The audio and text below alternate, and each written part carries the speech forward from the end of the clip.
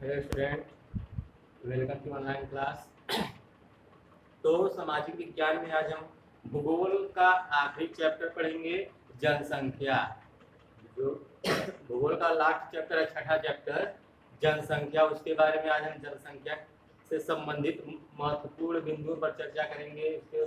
उसके बारे में कुछ पॉइंट जो होंगे उसको समझने की कोशिश करेंगे। तो जो लास्ट चैप्टर है जनसंख्या, अब देखिए जनसंख्या क्योंकि चैप्टर का नाम ही है, तो आखिर में जनसंख्या कहते किसे हैं, जनसंख्या का मतलब क्या होता है, हम किसे जनसंख्या कह सकते हैं। तो देखिए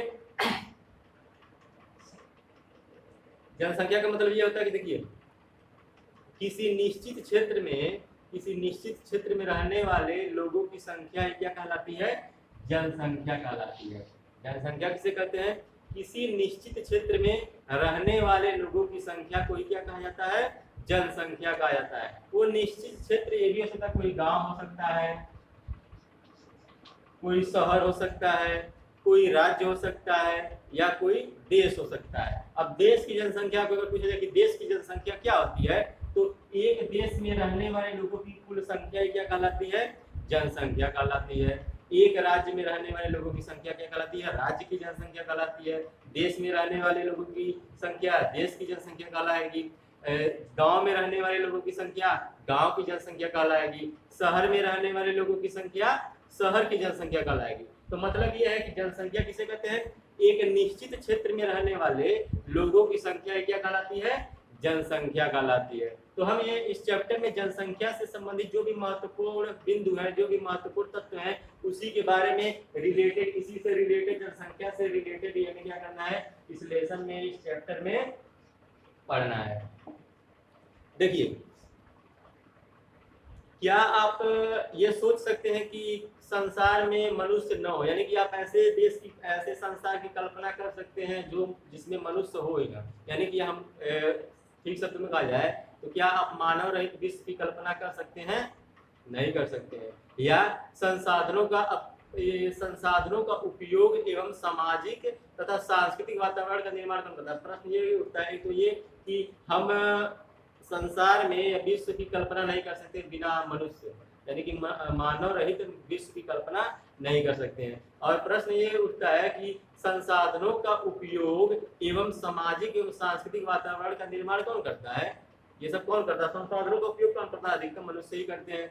और सामाजिक एवं सांस्कृतिक वातावरण का निर्माण भी कौन करता है, मनुष्य ही करता है। तो हम बिना मनुष्य के, बिना मानव के विश्व की कल्पना नहीं कर सकते हैं। देखिए समाज और अर्थव्यवस्था में योगदान में, जो समाज है हमारा और जो अर्थव्यवस्था है उसके योगदान में कौन महत्वपूर्ण भूमिका निभाता है, मनुष्य ही महत्वपूर्ण भूमिका निभाता है। यानी कि जो संसार है, संसार में जो समाज है और अर्थव्यवस्था है उसके विकास में महत्वपूर्ण भूमिका कौन निभाता है, मनुष्य ही निभाता है। देखिए मनुष्य क्या करता है, जो हम लोग हैं मनुष्य हैं, वो हम लोग एक संसाधनों का उपयोग भी करते हैं और बनाते भी हैं। यानी कि हम कह सकते हैं कि हम जो मनुष्य है वो संसाधनों का निर्माण भी करता है और उसका उपभोग भी करता है, उसका उपयोग भी करता है। और इसके अलावा मनुष्य जो स्वयं एक संसाधन है, मनुष्य भी एक संसाधन है ना, हम लोग भी एक संसाधन है, और हम लोग जो एक संसाधन ही है और इसके अलावा दूसरे संसाधनों का हम क्या करते हैं, उपयोग भी करते हैं और दूसरे संसाधनों का निर्माण भी करते हैं। जैसे कि अब कहा जाए कि जैसे जितने भी यहाँ पे संसाधन है, अगर हम प्राकृतिक संसाधनों की बात कर रहे हैं, चाहे पेड़ पौधे हो गया, भूमि हो गया, या जो अन्य खनिज पदार्थ मिलते हैं, अगर मनुष्य उसका उपयोग न करे या मनुष्य उसे अपने उपयोग में न लाए तो वो क्या एक निष्क्रिय है। अगर खनिज की बात कर लें, लोहा जो है जमीन के अंदर से निकलता है, या पेट्रोलियम जो जमीन के अंदर से निकलता है, वो क्या है, वो निष्क्रिय है। मिट्टी क्या है, निष्क्रिय है। उसको सक्रिय कौन बनाता है, मनुष्य ही बनाता है। जब हम मिट्टी का उपयोग करते हैं, उसमें फसलें उगाते हैं, उसमें पेड़ पौधे लगाते हैं, तब जाके वो हमें कुछ देता है। अगर मिट्टी पे मनुष्य कुछ करे ना तो मिट्टी का मिट्टी ही रह जाएगा, वो हमारे कोई काम नहीं आएगा, यानी कि वो निष्क्रिय ही पड़ा रहेगा। या पेड़ पौधों की बात पेड़ पौधे नहीं, यानी कि जो जमीन के अंदर से यानी कि जो निकाले जाते हैं, क्या कहते हैं, खनिज पदार्थ, लोहा हो गया, सोना हो गया, चांदी हो गया, पेट्रोलियम, ये जितने भी खनिज पदार्थ है वो निष्क्रिय जमीन के अंदर ही पड़े हैं। कोयला हो गया, वो निष्क्रिय जमीन के अंदर ही पड़ा है। जब तक वो सक्रिय कब होगा, जब मनुष्य उसका उपयोग करेगा, मनुष्य उसका उपयोग करके अपने उपयोग में लाएगा, तब जाके वो क्या होता है, सक्रिय होता है। तो मनुष्य जो कि स्वयं एक संसाधन है, वो अन्य संसाधनों का क्या करता है, उपयोग करता है और उसका क्या करता है, क्या करते हैं, उत्पादन करता है और फिर उसका उपभोग करता है। तो इसलिए क्या कहते हैं, मनुष्य एक महत्वपूर्ण संसाधन है। अब देखिए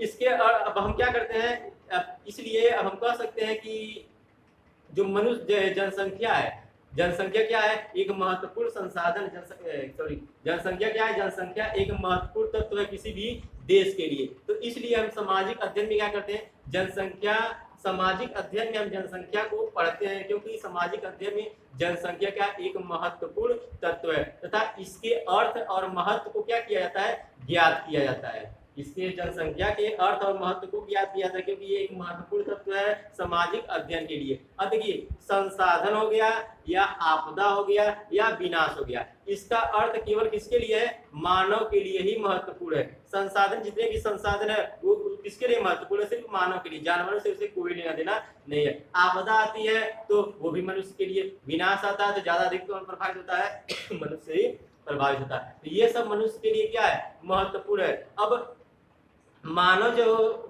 है वो क्या करता है, पृथ्वी के संसाधनों का उत्पादन और उपभोग करता है। मनुष्य क्या करता है, यानी कि हम लोग क्या करते हैं, पृथ्वी के जो भी संसाधन है हम उसका उत्पादन करते हैं और उपभोग करते हैं। इसलिए हमारे लिए जानना आवश्यक है कि लोगों की संख्या जानना आवश्यक है कि लोग किस देश में निवास करते हैं, कितने लोग किस किस देश में निवास करते हैं, वे कैसे वहां पर रहते हैं, वे संस्था, उनकी संख्याओं में वृद्धि कैसे हो रही है, यानी कि कितने लोग किस देश में रहते हैं, किन किन देशों में कौन लोग रहते हैं, कितनी संख्या में वे रहते हैं, उनकी जो जनसंख्या वृद्धि है, उनकी संख्या में जो वृद्धि है वो कैसे हो रही है, उनकी अन्य जो विशेषताएं हैं उसके बारे में हम क्या करते हैं, जानने की कोशिश करते हैं। जैसे भारत, अब भारत का उदाहरण हम लेते हैं कि भारत का हमें कैसे मालूम चलता है कि भारत जो है वो, भारत की जनसंख्या में वृद्धि हुई, यानी कि इस साल इतना था अगले साल उतना हुआ। तो हम कैसे जानते हैं, हम जनगणना के द्वारा जानते हैं। कैसे, जनगणना के द्वारा। यानी कि भारत में, क्योंकि भारत भी एक विशाल देश है और इसकी जनसंख्या बढ़ने से ये क्या करती है, देश को प्रभावित करती है। तो अब हम कैसे जानते हैं कि जनसंख्या बढ़ी या घटी, तो वो हम जानते हैं जनगणना के द्वारा। अब जनगणना क्या होता है, जनगणना का मतलब क्या होता है कि एक निश्चित समय अंतराल में जनसंख्या की आधिकारिक गणना ही क्या कहलाती है, जनगणना कहलाती है। जनगणना किसे कहते हैं, एक निश्चित समय अंतराल में, वो निश्चित समय अंतराल क्या हो सकता है, 1 वर्ष भी हो सकता है, 2 वर्ष भी हो सकता है, 5 वर्ष भी हो सकता है, 10 वर्ष भी हो सकता है। कौन सी सरकार कितने वर्ष की जनगणना कराती है वो उस सरकार पे डिपेंड करता है कि उसमें अगर क्षमता है तो 1 साल पे जनगणना करा सकती है, अगर उसमें क्षमता है 2 साल, 3 साल, 5 साल, 10 साल। अधिकतर जो जनगणनाएं होती हैं वो कितने वर्ष की होती हैं, 10 वर्ष पे होती हैं। जैसे भारत की जनगणना होती है कब होती है, हर 10 साल पे होती है। तो जनगणना किसे कहते हैं, एक निश्चित समय अंतराल में जनसंख्या का आधिकारिक गणना, जो जनसंख्या है उसी का आधिकारिक जब गणना किया जाता है, सरकारी आंकड़े के अनुसार जब गणना किया जाता है तो उसी को क्या कहा जाता है, जनगणना कहा जाता है। अब देखिए, अब भारत की अगर बात कर रहे हैं तो भारत में जो पहली जनगणना हुई थी वो कब हुई थी, 1872 ईस्वी में। भारत में जो पहली जनगणना हुई थी वो 1872 ईस्वी में हुई थी, लेकिन वो पूर्ण रूप से जनगणना नहीं हुई थी, इसमें कुछ कमियां रह गई थी। तो पूर्ण रूप से जो जनगणना हुई वो कब हुई थी, 1881 ईस्वी में।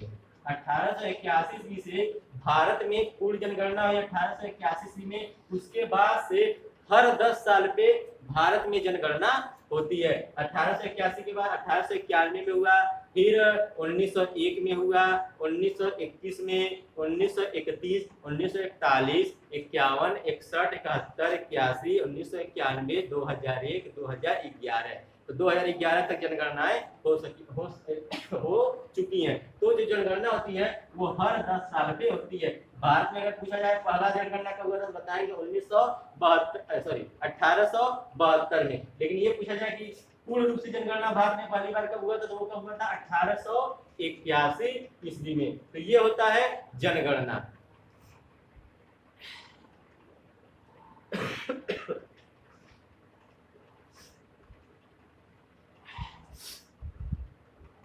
अब देखिए, अब उसी से संबंधित, अब जनसंख्या से संबंधित जो कुछ महत्वपूर्ण बिंदु हैं, अब उसके बारे में हम उसे समझने की कोशिश करेंगे, उस पर विचार करेंगे। ये तो था जनगणना।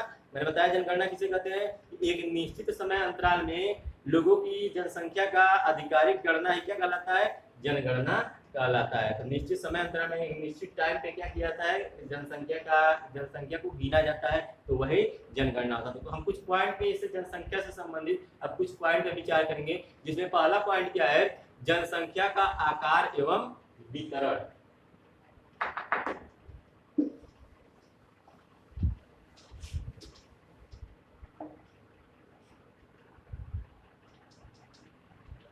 जनसंख्या का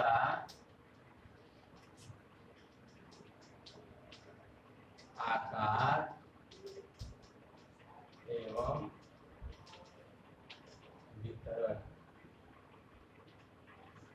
तो अब इसके बारे में हम जानने की कोशिश करेंगे, जनसंख्या का आकार एवं वितरण। तो अब जो जनसंख्या का आकार और वितरण है, उसके दो भाग हैं। जनसंख्या का जो आकार होता है वो दो प्रकार से ज्ञात किया जाता है। उसका जो होता है दो प्रकार से, एक संख्या के आधार पर इसका आकार और वितरण होता है, और एक होता है घनत्व के आधार पर जनसंख्या का वितरण।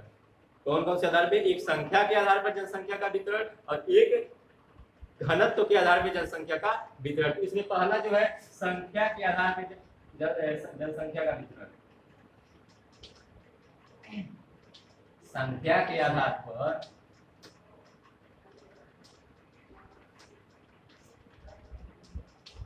जनसंख्या का वितरण।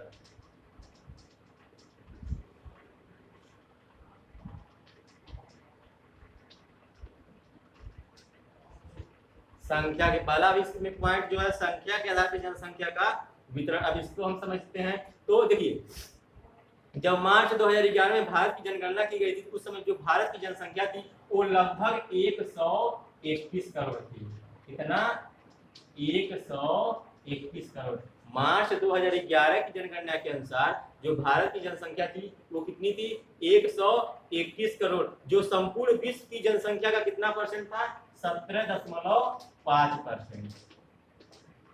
मार्च 2011 की जनगणना के अनुसार भारत की जनसंख्या 121 करोड़ थी, जो संपूर्ण विश्व की जनसंख्या है उसका कितना परसेंट था, 17.5%। और ये जो जनसंख्या थी 121 करोड़, वो भारत के कितने क्षेत्रफल में वितरण कर रहे थे, यानी कि ये कितने क्षेत्रफल में निवास कर रही थी, 32.8 लाख वर्ग किलोमीटर, लगभग 32.8 लाख वर्ग किमी। मैंने क्या बताया कि 2011 मार्च 2011 की जनगणना के अनुसार भारत की जनसंख्या 121 करोड़ थी, जो संपूर्ण विश्व का कितना परसेंट था, 17.5%। और ये जो 121 करोड़ जनसंख्या थी वो कितने क्षेत्रफल में निवास कर रही थी, 32.8 लाख वर्ग किमी क्षेत्रफल में क्या कर रही थी, निवास कर रही थी। और ये जो 32.8 लाख वर्ग किमी जो क्षेत्रफल है वो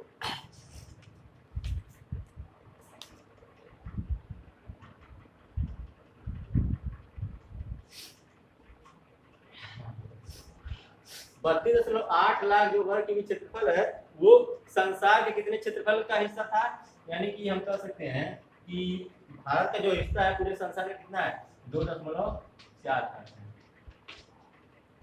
समझने की कोशिश करिए, जो 121 करोड़ भारत की जनसंख्या थी 11 में, वो पूरे संसार का 17.5% हिस्सा था जनसंख्या के आधार पे। और यही 121 करोड़ लोग जो निवास करते हैं 32.8 लाख वर्ग किमी क्षेत्रफल, जो भारत का क्षेत्रफल है 32.8 लाख वर्ग किमी, वो पूरा जो भारत का क्षेत्रफल है वो पूरे संसार के क्षेत्रफल का कितना परसेंट है, 2.4%। कितना परसेंट है, 2.4%।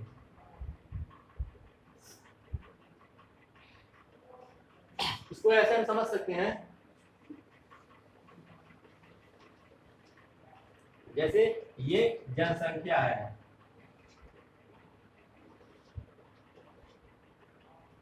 क्या है, जनसंख्या।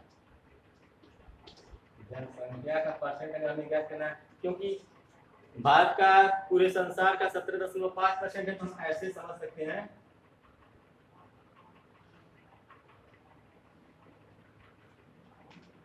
ये इतना जो है वो भारत का है, 17.5%। कितने का है, भारत का है। बाकी जो बचता है कितना, 82.5%, ये पूरे विश्व का है। ये जनसंख्या जो है ये 17.5% पूरे विश्व की जनसंख्या का भारत का हिस्सा है, और बाकी जो 82.5% बच रहा है वो कितना है, वो पूरे संसार का है। इसी तरह से अगर हम क्षेत्रफल की बात करें, तो क्या है, क्षेत्रफल। तो क्षेत्रफल की अगर बात करें तो भारत का पूरे विश्व के क्षेत्रफल का कितना हिस्सा है, 2.4% है। यानी कि हम कह सकते हैं ये 2.4% है वो भारत का हिस्सा है। बाकी जो 97.6% है वो पूरे विश्व का क्षेत्रफल है। ये 97.6% जो क्षेत्रफल है, भूमि है, तो पूरे विश्व का है, जबकि 2.4% भारत का है। उसी हिसाब से जनसंख्या 17.5% भारत का है, पूरे विश्व का 82.5%। इसका मतलब क्या होता है कि क्षेत्रफल के हिसाब से भारत की जनसंख्या जो बढ़ी है वो बहुत ज्यादा है। अगर क्षेत्रफल पूरे विश्व का 2.4%, तो उसी हिसाब से अगर जनसंख्या भी कम होती तो हो सकता है कि 2.4-3%, 4% के आसपास भारत का जनसंख्या भी होता है, लेकिन जनसंख्या विश्व के मुकाबले भारत का बहुत ही अधिक है। पूरे विश्व में 17.5% तो भारत का ही है, जबकि क्षेत्रफल के हिसाब से बहुत ही कम है। तो ये है जनसंख्या और ये है क्षेत्रफल। इस हिसाब से भारत की जनसंख्या हम कह सकते हैं कि बहुत ही अधिक मात्रा में बढ़ी है, बहुत ही अधिक है।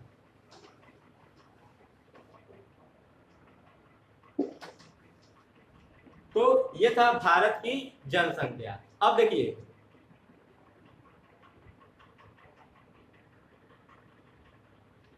यही अगर भारत के कुछ राज्यों की बात की जाए तो 2011 की जनगणना के अनुसार जो भारत का सबसे बड़ा क्षेत्र, भारत का सबसे अधिक जनसंख्या वाला राज्य था वो कौन था, उत्तर प्रदेश।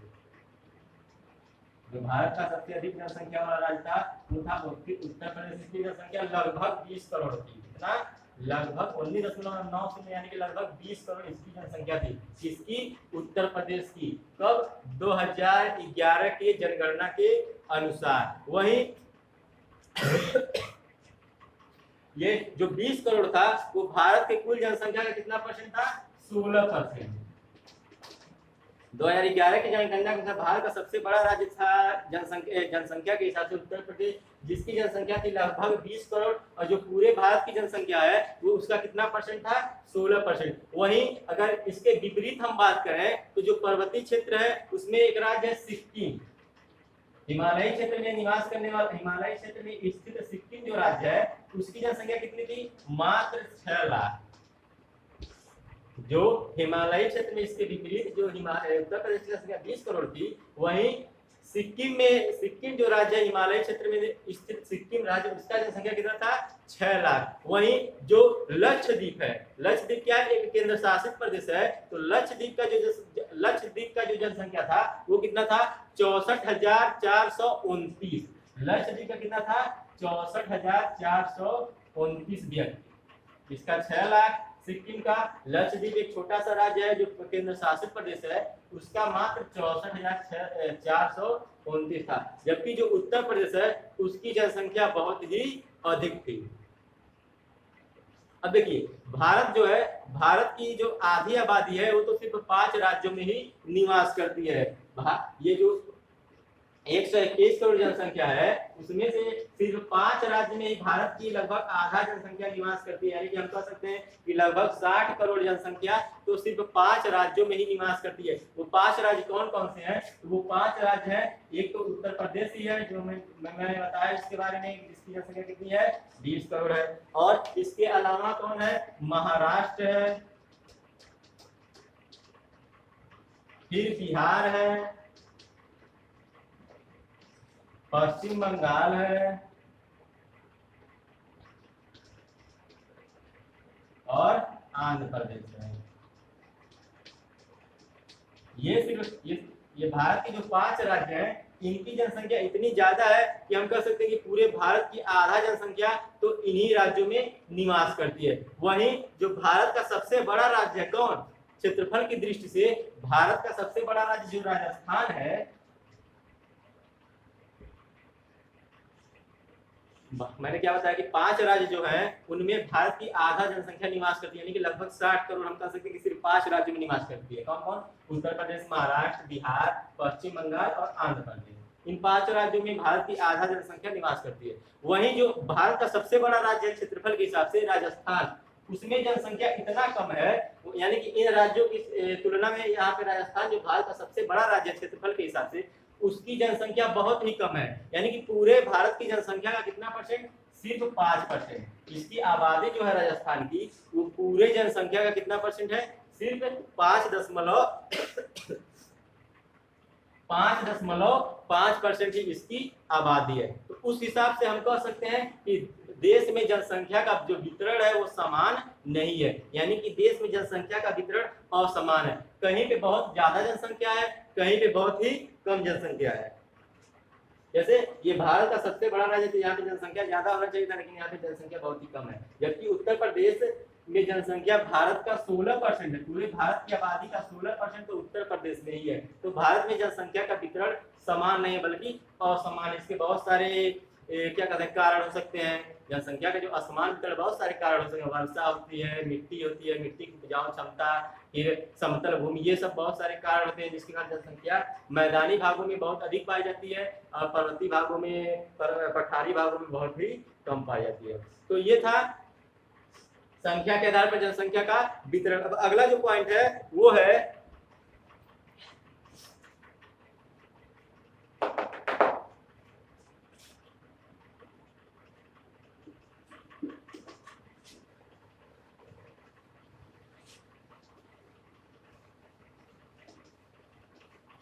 तो जनसंख्या के आकार और वितरण को प्रभावित करने वाले ये कारक थे। अब अगला जो पॉइंट है, ये जो था संख्या के आधार पर जनसंख्या का वितरण। अब अगला जो पॉइंट है घनत्व के आधार पर जनसंख्या का वितरण। घनत्व के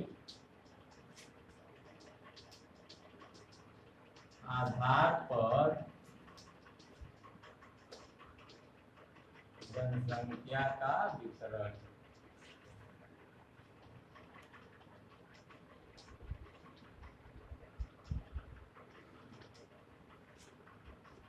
एक हमने क्या जाना, संख्या के आधार पर जनसंख्या का वितरण, यानी कि कहाँ पे कितना संख्या है। उत्तर प्रदेश में देखा कि 20 करोड़ है, सिक्किम में देखा 6 लाख है, तो वहां पे देखा क्या नाम है, लक्षद्वीप में देखा 64,429 है। तो जनसंख्या के वितरण संख्या के आधार पर अलग अलग है। अब घनत्व के आधार पर जनसंख्या का वितरण क्या, देखिए जो घनत्व है, जनसंख्या जो होती है घनत्व के असमान वितरण का एक बेहतर चित्र प्रस्तुत करता है। यानी कि घनत्व के आधार पर भी हम जनसंख्या का जो असमान वितरण है उसके बारे में अच्छी तरह से हमें मालूम चल जाता है, अच्छी तरह से ज्ञात हो जाता है। देखिए अब घनत्व क्या होता है, ये प्रश्न उठता है, घनत्व, ये घनत्व है क्या, यानी कि घनत्व किसे कहते हैं। तो प्रति इकाई कह सकते हैं, प्रति इकाई क्षेत्रफल में लोगों की संख्या क्या कहलाती है, घनत्व कहलाती है। यानी कि प्रति इकाई क्षेत्रफल में रहने वाले लोगों की संख्या को क्या कहते हैं, घनत्व कहते हैं। या ऐसे भी कह सकते हैं कि 1 वर्ग किलोमीटर में रहने वाले लोगों की संख्या क्या कहलाती है, जनसंख्या घनत्व कहलाती है। क्या, 1 वर्ग किमी, 1 वर्ग किलोमीटर में रहने वाले लोगों की संख्या क्या कहलाती है, जनसंख्या घनत्व कहलाती है। देखिए भारत की जो आबादी है बहुत ही अधिक है, भारत एक घनी आबादी वाला देश है। जैसे कि हम कहें कि 2011 में जब जैसे जनगणना हुआ था सब कुछ ज्ञात किया था, तो 2011 में जो भारत की जनसंख्या घनत्व थी वो कितनी थी, 382 व्यक्ति प्रति वर्ग किमी। मैंने क्या बताया कि जनसंख्या घनत्व किसे कहते हैं, 1 वर्ग किलोमीटर में रहने वाले लोगों की संख्या जनसंख्या घनत्व कहलाती है। तो भारत की जब 2011 में जनगणना की गई थी तो भारत की जो जनसंख्या घनत्व थी कितनी थी? 382 व्यक्ति प्रति वर्ग किलोमीटर। 1 वर्ग किलोमीटर में कितने व्यक्ति, जो एवरेज था 1 वर्ग किलोमीटर में रहने वाले व्यक्तियों की संख्या था वो कितना था? 382 व्यक्ति प्रति वर्ग किलोमीटर। वहीं जो भारत का एक राज्य है बिहार, तो बिहार का जो जनसंख्या घनत्व था वो भारत की जनसंख्या घनत्व के हिसाब से बहुत ही ज्यादा था, यानी कि हम कह सकते हैं कि लगभग 3 गुना था। 1102 व्यक्ति प्रति वर्ग किलोमीटर। भारत का कितना था? 382 व्यक्ति प्रति वर्ग किलोमीटर, यानी कि 101 वर्ग किलोमीटर में रहने वाले लोगों का एवरेज अनुपात था, एवरेज संख्या था वो 382 था। यानी बिहार जो भारत का एक राज्य है उसका कितना था? उसका जनसंख्या का घनत्व 1100 यानी 1102 था। वही अगर हम पर्वतीय क्षेत्र अरुणाचल प्रदेश की बात करें तो अरुणाचल प्रदेश का जो जनसंख्या का घनत्व था वो कितना था? लगभग सिर्फ 17। अरुणाचल प्रदेश में जो जनसंख्या घनत्व था कितना था? सिर्फ 17 व्यक्ति, यानी कि 1 वर्ग किलोमीटर में 17 व्यक्ति क्या रहते? निवास कर रहे थे। तो यहाँ पे जनसंख्या का घनत्व बहुत ही कम था, जबकि बिहार में जनसंख्या का घनत्व बहुत ही अधिक था। अब ये क्यों था? पहले हम मैप के द्वारा समझने की कोशिश करेंगे कि भारत में जनसंख्या का घनत्व कहाँ पे ज्यादा है, कहाँ पर कम है। उसके बाद वहां पे ज्यादा क्यों है और एक स्थान में कम क्यों है, ऐसा क्या उसको जानने की कोशिश करेंगे। तो पहले मैप के द्वारा हम समझेंगे। वेट,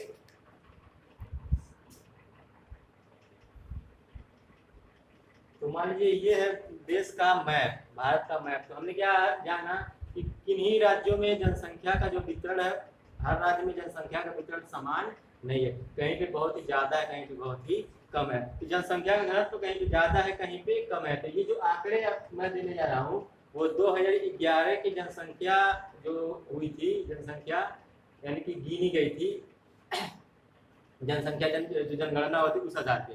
देखिए तो पाँच किस्म से हम कह सकते हैं कि एक जनसंख्या का जो घनत्व 250 से कम जहाँ पे उन क्षेत्रों में 251 से 500, 501 से 750, 751 से 1000, 1000 से अधिक।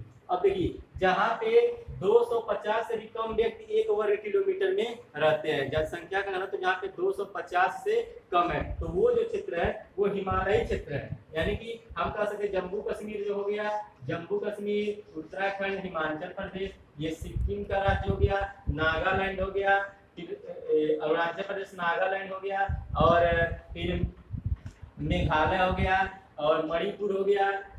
तो ये सब जो राज्य हैं यहाँ पे, और इसके अलावा हम कह सकते हैं कि यहाँ पे राजस्थान हो गया, मध्य प्रदेश हो गया और छत्तीसगढ़। इन क्षेत्रों में जो जनसंख्या का घनत्व है क्या है?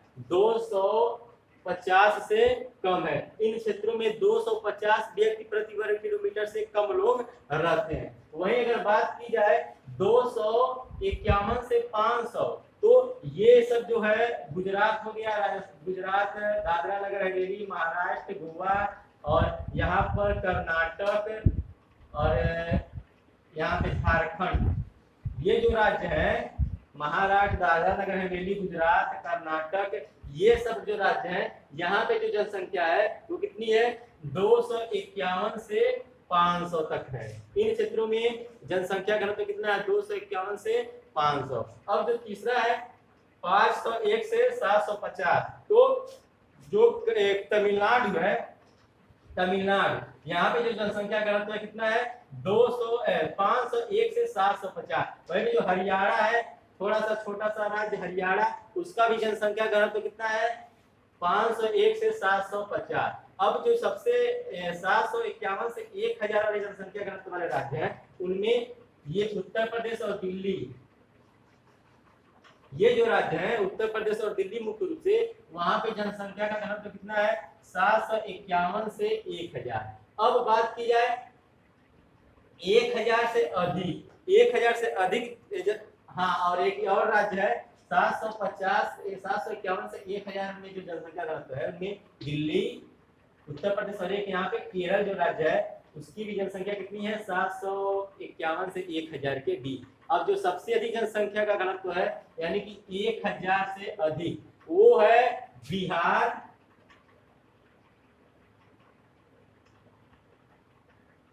बिहार और पश्चिम बंगाल, इन राज्यों की जो जनसंख्या है वो कितनी है, जनसंख्या घनत्व कितनी है, 1000 से अधिक। तो हम कह सकते हैं कि भारत में जनसंख्या का घनत्व एक समान नहीं है। सबसे कम जनसंख्या का घनत्व कहाँ है, यानी कि 250 से कम, वो पहाड़ी क्षेत्र के जितने भी राज्य हैं वहां पे जनसंख्या का घनत्व क्या है, बहुत ही कम है। और बाकी इन क्षेत्रों में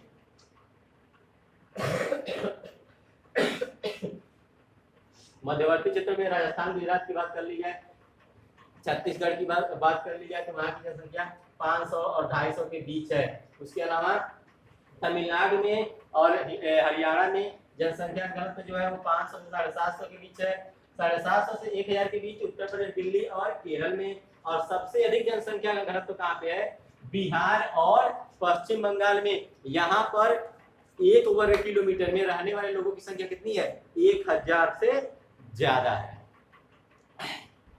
देखिए अब असम हो गया और अधिकतर जो प्रायद्वीपीय राज्य है, यानी कि ये सब राज्य बीच से नीचे वाले राज्य, भारत के मध्य भारत से नीचे वाले राज्य, तो अधिकतर जो असम राज्य हो गया और जो प्रायद्वीपीय राज्य हो गए वहां का जनसंख्या का घनत्व क्या है, मध्यम है। ऐसा इसलिए है कि पहाड़ी क्षेत्र यहाँ पे ज्यादा है, पहाड़ी क्षेत्र कटे छटे भूमि और पथरीली भूभाग, यहाँ पे वर्षा भी कम होती है और उपजाऊ भूमि भी उतने अच्छे नहीं है, उतनी अधिक उपजाऊ भूमि नहीं है। तो इसलिए इन राज्यों की जनसंख्या को क्या करते हैं, ये सभी तत्व, सभी जो कारण हैं इन राज्यों की जनसंख्या को क्या करते हैं, प्रभावित करते हैं। यहाँ पे इसलिए जनसंख्या ज्यादा नहीं है कि भूमि अच्छी नहीं है, पथरीली भूमि, वर्षा कम होती है और उपजाऊ मिट्टी भी नहीं है, इसलिए यहाँ पे ज्यादा जनसंख्या नहीं रहती। वहीं अगर हम उत्तरी मैदान और केरल का बात कर रहे हैं, उत्तरी मैदान जो हो गया और केरल हो गया, यहाँ पे जनसंख्या का घनत्व तो बहुत ही अधिक है। ऐसा इसलिए है कि यहाँ पे समतल भूमि है,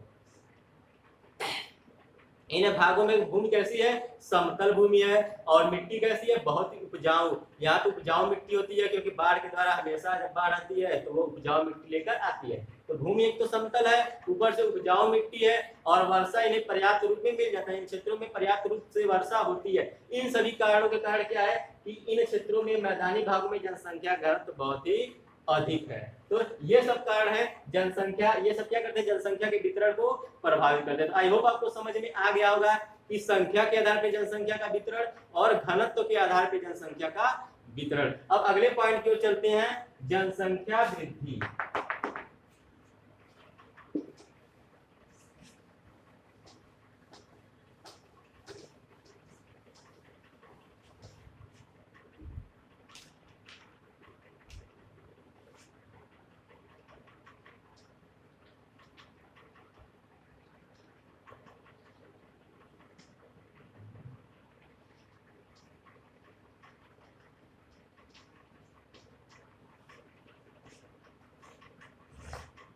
अगला जो पॉइंट है जनसंख्या वृद्धि। देखिए जनसंख्या जो है वो क्या है, एक परिवर्तनीय क्रिया है। क्या है, एक परिवर्तनशील प्रक्रिया है। यह परिवर्तन जो होता है वो किस पे निर्भर करता है, जन्म पे निर्भर करता है, मृत्यु पे निर्भर करता है और प्रवास के संयोजन के प्रभाव के कारण होता है। किसके निर्भर किस पे करता है, जनसंख्या जो परिवर्तन करता है, जनसंख्या जो परिवर्तन निर्भर करता है वो जन्म पे, मृत्यु पे और प्रवास पे। यानी कि ये तीन मुख्य जो तत्व हैं उस पे जनसंख्या क्या करता है, जनसंख्या जो परिवर्तनशील क्रिया है वो इन्हीं मुख्य तत्वों पर निर्भर करता है। अब जनसंख्या वृद्धि का अर्थ क्या होता है, जनसंख्या वृद्धि का अर्थ किसी विशेष समय अंतराल में किसी देश या राज्य में निवास करने वाले लोगों की जो संख्या में परिवर्तन होता है वही क्या होता है, जनसंख्या वृद्धि का अर्थ होता है। यानी कि किसी देश या राज्य की जनसंख्या की संख्या में जो परिवर्तन होता है वही क्या होता है, जनसंख्या वृद्धि। जनसंख्या वृद्धि का मतलब कि बढ़ना, वृद्धि का मतलब तो बढ़ना होता है। लेकिन अब मुख्य रूप से कहा जाए तो जनसंख्या वृद्धि का अर्थ ये होता है कि किसी राज्य में या किसी देश में एक निश्चित समय अंतराल में जो जनसंख्या का परिवर्तन होता है वही जनसंख्या वृद्धि कहलाता है। अब देखिए इसे दो प्रकार से व्यक्त किया जा सकता है, किसमें, एक सापेक्ष वृद्धि और दूसरा प्रतिवर्ष होने वाले प्रतिशत परिवर्तन में वृद्धि। एक सापेक्ष वृद्धि और एक प्रतिवर्ष होने वाले, जब प्रतिवर्ष होने वाला जो परिवर्तन होता है, प्रतिशत परिवर्तन होता है उसके द्वारा।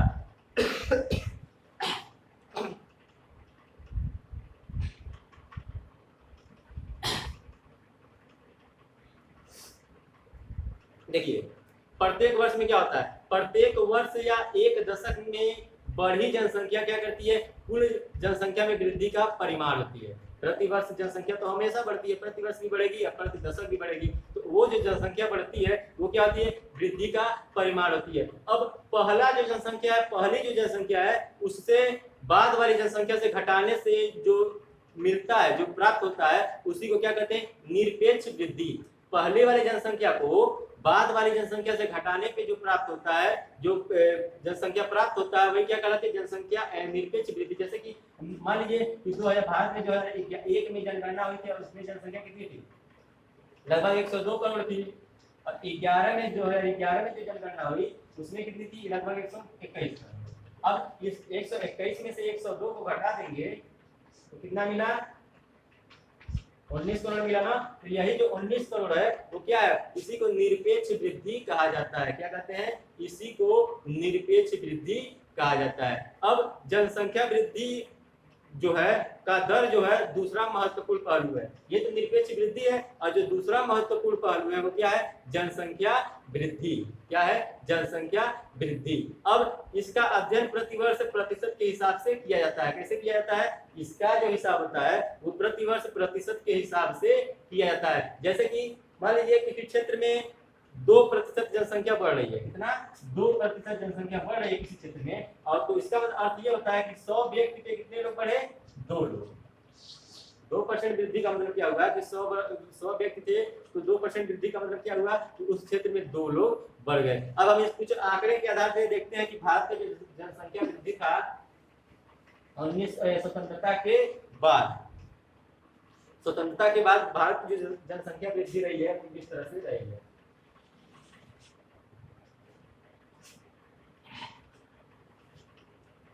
इसे हम मान लेते हैं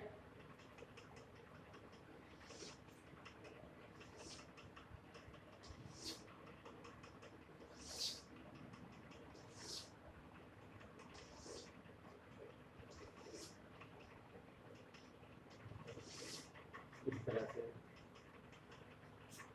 ये हो गया 1951 से 61, 61 से 71, 71 से 81, 1981 से 91, 1991 से 2001 और 2001 से 2001 से 11।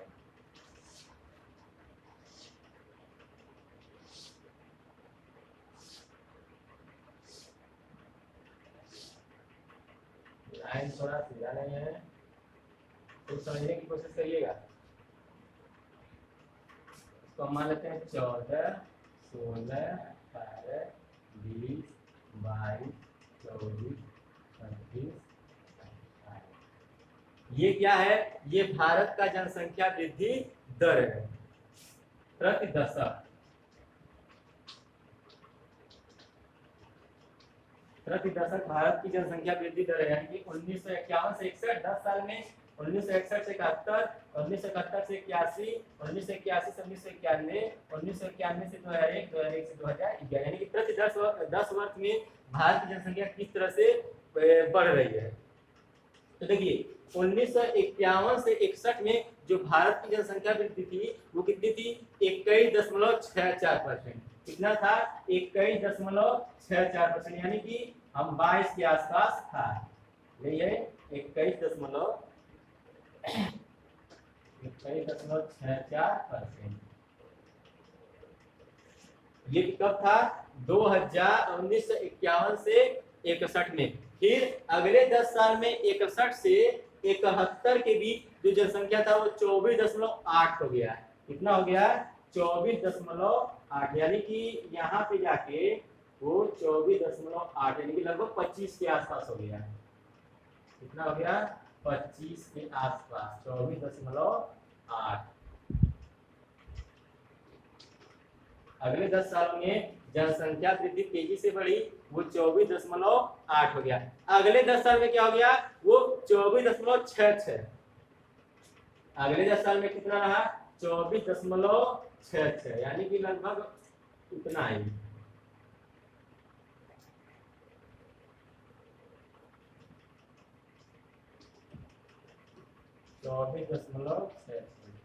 वो 1971 से 81 के बीच रहा। अगले 10 साल में कितना हुआ, 23.87।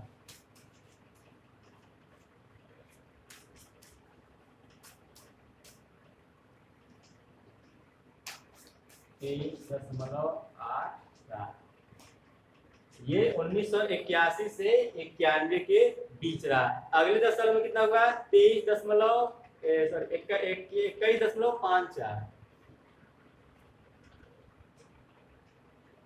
21.54।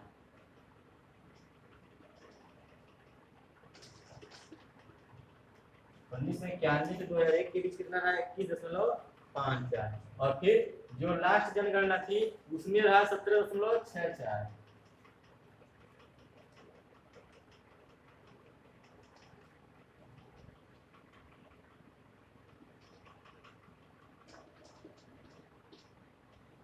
ये था भारत का प्रति दशक जनसंख्या वृद्धि। देखिए तो यहाँ से हम देख रहे हैं तो क्या पता चल रहा है कि शुरू में जनसंख्या जो थी वृद्धि दर काफी तेजी से बढ़ी थी, 1951 से 61। फिर 1981 तक क्या हुआ, जनसंख्या बढ़ा है। 1981 तक जनसंख्या बढ़ा है, जनसंख्या वृद्धि दर बढ़ती रही है। उसके बाद से 81 से फिर नीचे 91, 2001, 2011 ये क्या हुआ है कि जनसंख्या वृद्धि जो दर रही है वो घटती हुई चली गई है। पहले क्या हो रही थी, पहले बढ़ रही थी, उसके बाद क्या हुआ है, उसके बाद जनसंख्या जो वृद्धि है वो क्या हुआ है, जनसंख्या वृद्धि दर क्या हुआ है, घटता रहा है। तो इस तरह से हम कह सकते हैं 1981 के बाद से जनसंख्या वृद्धि क्या हुई है, घटी है।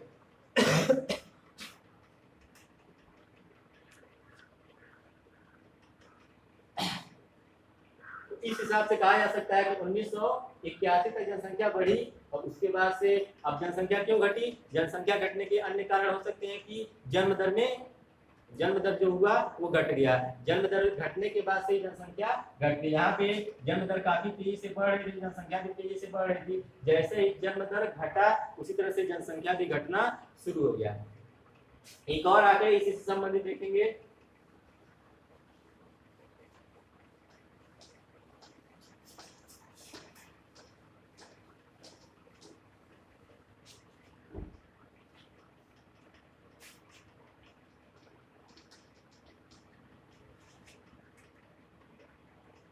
एक क्या लिखते हैं, वर्ष। फिर यहाँ पे लिखते हैं कुल जनसंख्या। कुल जनसंख्या जो होगा वो किसमें रहेगा, करोड़ में।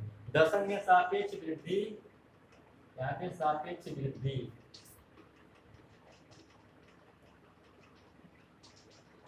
और एक पॉइंट लिखेंगे वार्षिक वृद्धि दर।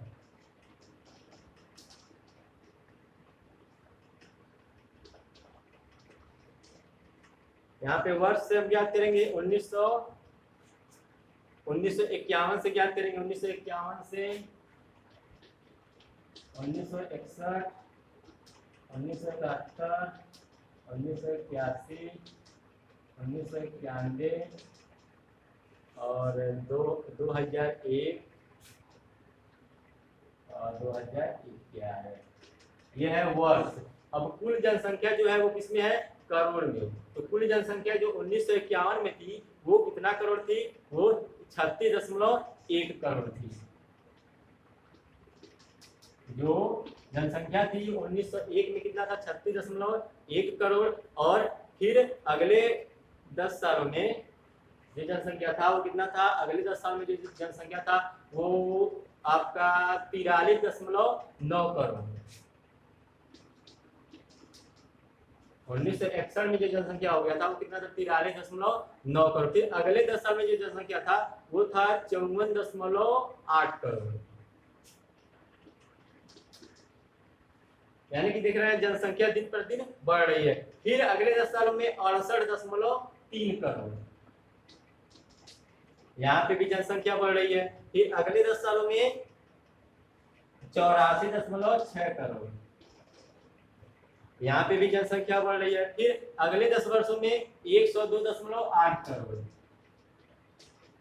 और लास्ट जो जनगणना हुई थी वो जनसंख्या कितनी थी? 121 करोड़, हम सभी को मालूम है। इसी तरह से जो सापेक्ष वृद्धि हुई थी प्रति दशक के दर से, ये प्रति दशक के दर से जो सापेक्ष वृद्धि हो रही थी वो कितना हुआ था? पहले वाले में 4.24 करोड़, इसी तरह से 7.81 करोड़, अगले 10 साल में जो सापेक्ष वृद्धि हुई 7.81 करोड़, फिर 10.89 करोड़,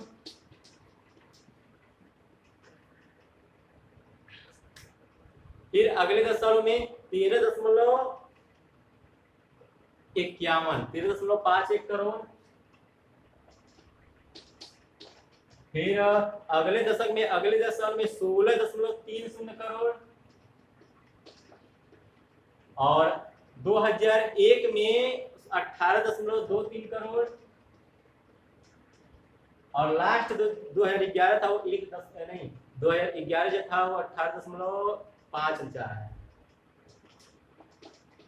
ये तो था सापेक्ष वृद्धि दशक में। अब यह है वार्षिक वृद्धि। तो पहले 1.25% था, फिर हो गया आपका 1.96%, उसके बाद अगले 10 सालों में 2.20%, फिर अगले 10 सालों में आपका हो गया 2.22%, फिर अगले 10 सालों में कितना हुआ? 1.97%, फिर लास्ट जो वर्ष था उसमें 1.64।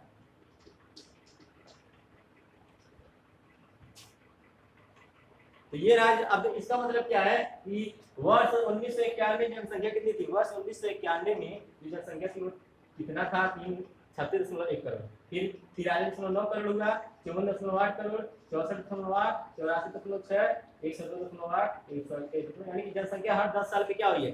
बढ़ती रही है। इसी तरह से सापेक्ष वृद्धि भी हुई है, 36 से 43 हो गया, इतना बढ़ा, फिर 43 से 54 हो गया, इतना बढ़ा, फिर 54 से 64 हो गया, लगभग इतना बढ़ गया, ये 68 है, फिर 68 से 84 को इतना बढ़ा, यानी कि हमेशा बढ़ता रहा। ये वार्षिक वृद्धि दर है कि एक वर्ष में कितना वृद्धि दर रहा है, ये भी प्रति वर्ष बढ़ता गया है। तो हम अगर देखें ध्यान से तो लगभग जो वृद्धि हुई है काफी तेजी से बढ़ी है, हर वर्ष वृद्धि दर। और यहाँ पे वार्षिक वृद्धि दर की बात की है, जैसे कि हम करें 1991 में जनसंख्या कितनी थी? 36.1 करोड़, वही 2011 में कितनी हो गई?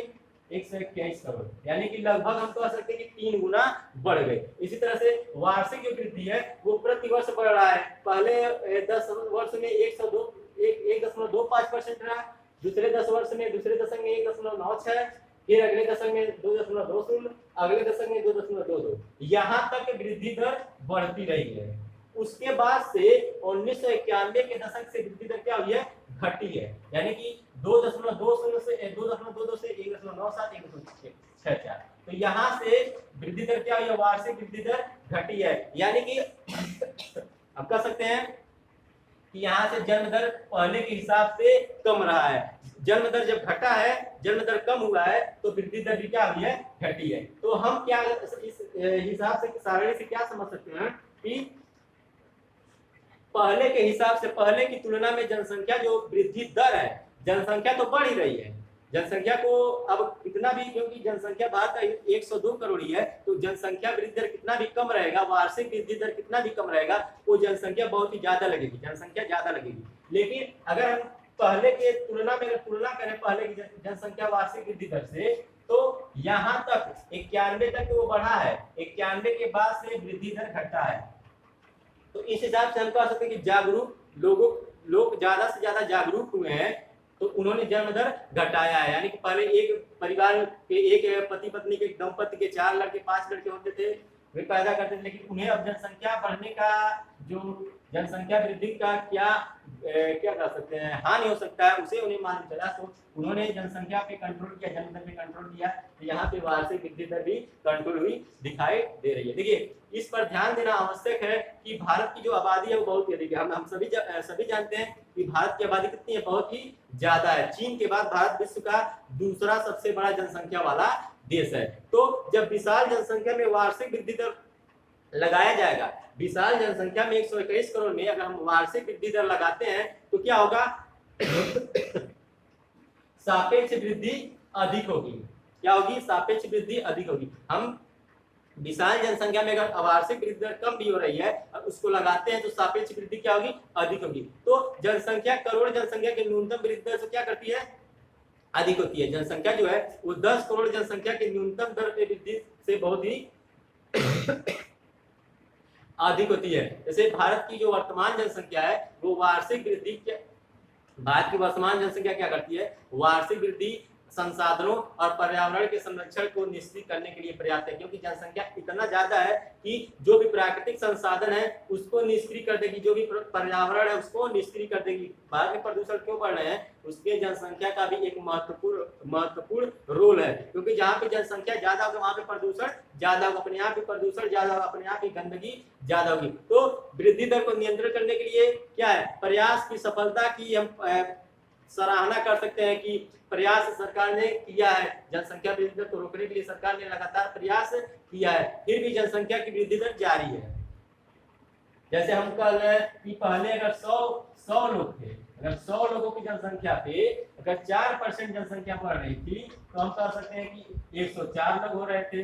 अब अगर 1000 लोग हैं, जनसंख्या बढ़ चुकी है, 1000 लोग हैं और अब 3% की वृद्धि दर होती है, जनसंख्या बढ़ रही है तो कितनी हो जाएगी? 300 बढ़ेगी ना, तो कितना हो गया? 1300 हो गया। 1000 पे अगर 3% बढ़ रही है, सॉरी 1000 पे 3% बढ़ रही है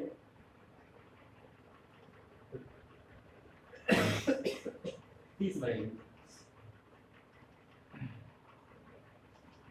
100 पे 4% बढ़ रहा था 104 हुआ, और 1000 जनसंख्या मान लीजिए और 3% बढ़ा तो 130 हो गया। तो जनसंख्या तो उस हिसाब से वार्षिक वृद्धि दर कम भी होती है तो जनसंख्या क्या है? बढ़ रही है। ऐसा इसलिए क्योंकि जनसंख्या भारत का बहुत ही ज्यादा हो चुका है। अगर इसी तरह से बढ़ता रहा तो आने वाले 10-15 सालों में जनसंख्या जो भारत की है वो क्या होगी? चीन की जनसंख्या से भी आगे निकल जाएगी, यानी कि हम संसार के सबसे अधिक जनसंख्या वाले देश हो जाएंगे। तो अभी इसमें कुछ और पॉइंट बचा हुआ है, आगे हम उसके बारे में समझने की कोशिश करेंगे अगले वीडियो में।